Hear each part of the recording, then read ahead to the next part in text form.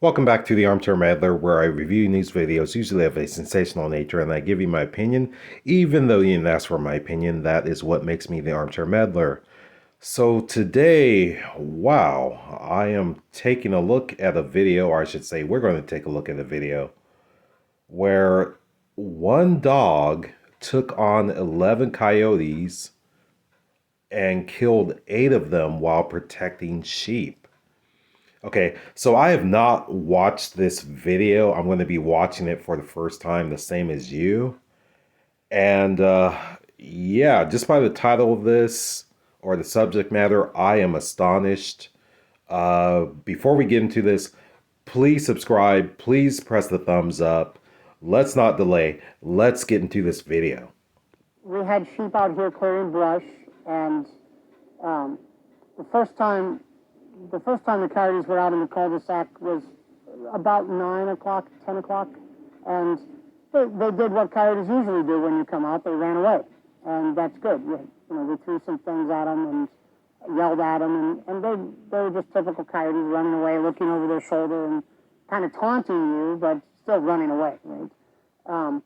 And then about 2:30, 3 o'clock, somewhere in there, I was woken up by the dogs barking and came out here, and Casper and Daisy had their sheep backed up in that corner over there, and there's just 5 or 6 of them there at the time, and Daisy was staying close to the sheep, and Casper was out a little further out front this way, and when I got about somewhere around here, there were coyotes inside the pen and coyotes outside. I wasn't, like I said, I wasn't really afraid that they were going to attack me or anything, but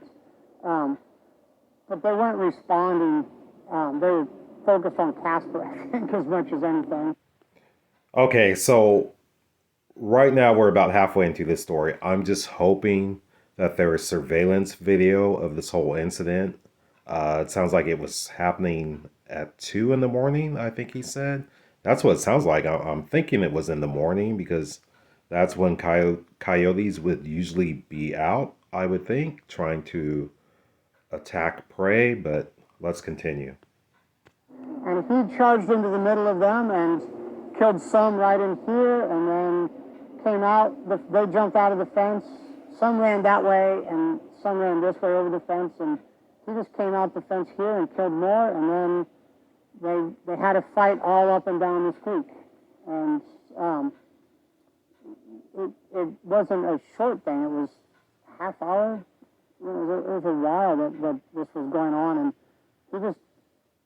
I mean, I went out to try to get him back and try to make sure he was okay, and just eventually couldn't find him.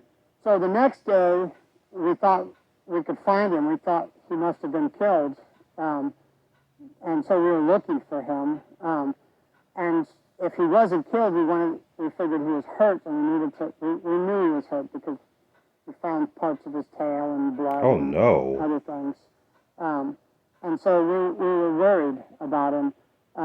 And we put out a post on Facebook and let neighbors know because we didn't want anybody to run into an injured dog. And the neighbors came out and helped us look, and we found more coyotes dead, and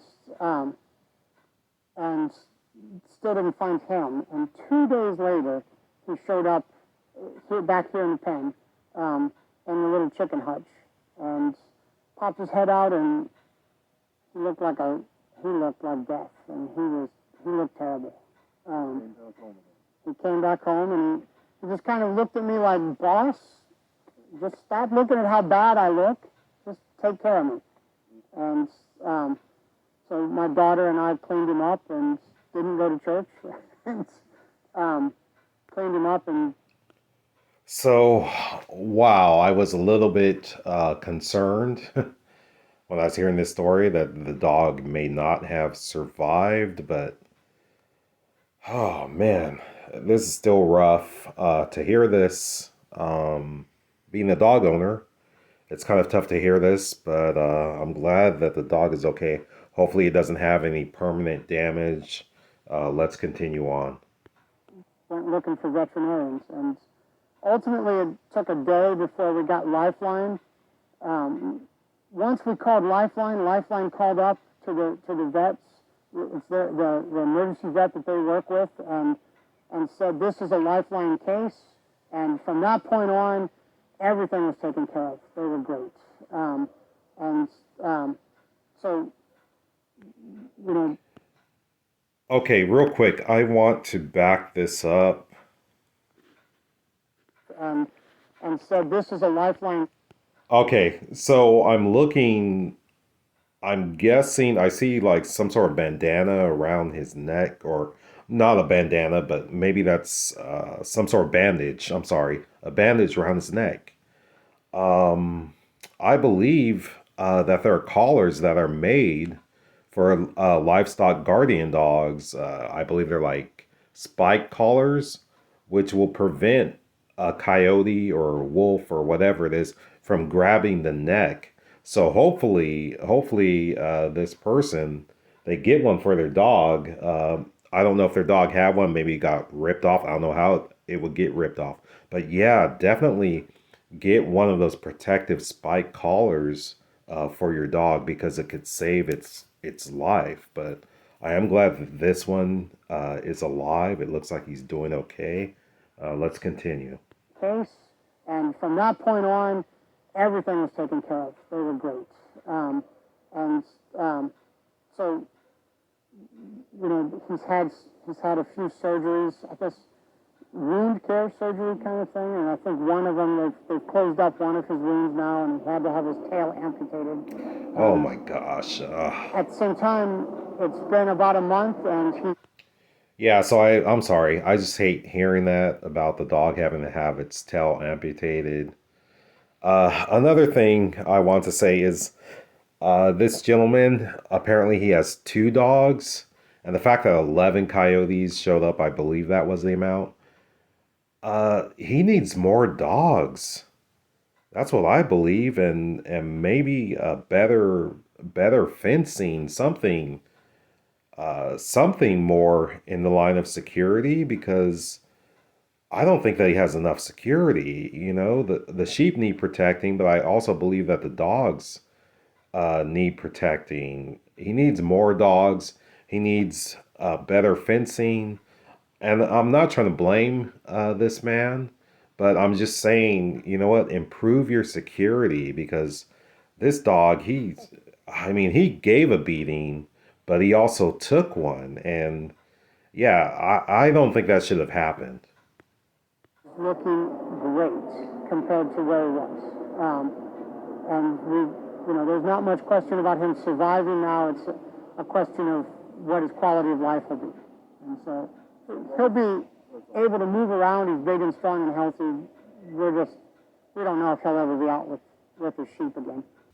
Okay, so in closing, I just want to say that, man, you know, at the end, he was saying about the dog's quality of life. He's not going to be able to be out around the sheep again. You know, I'm hoping that this dog can live, you know, a happy life, that he's not permanently injured. Although I don't know if he can't be out around the sheep again. It sounds like he is. But come on, you either have to get more dogs, you have to get some sort of alarm system, something to deter those coyotes. Also, a firearm. I don't know if this gentleman has a firearm, but you got to do more for your dog. You know, and he has a second dog. You have to do more. You might need to get, you know, 4 or 5 dogs, get some sort of alarm system.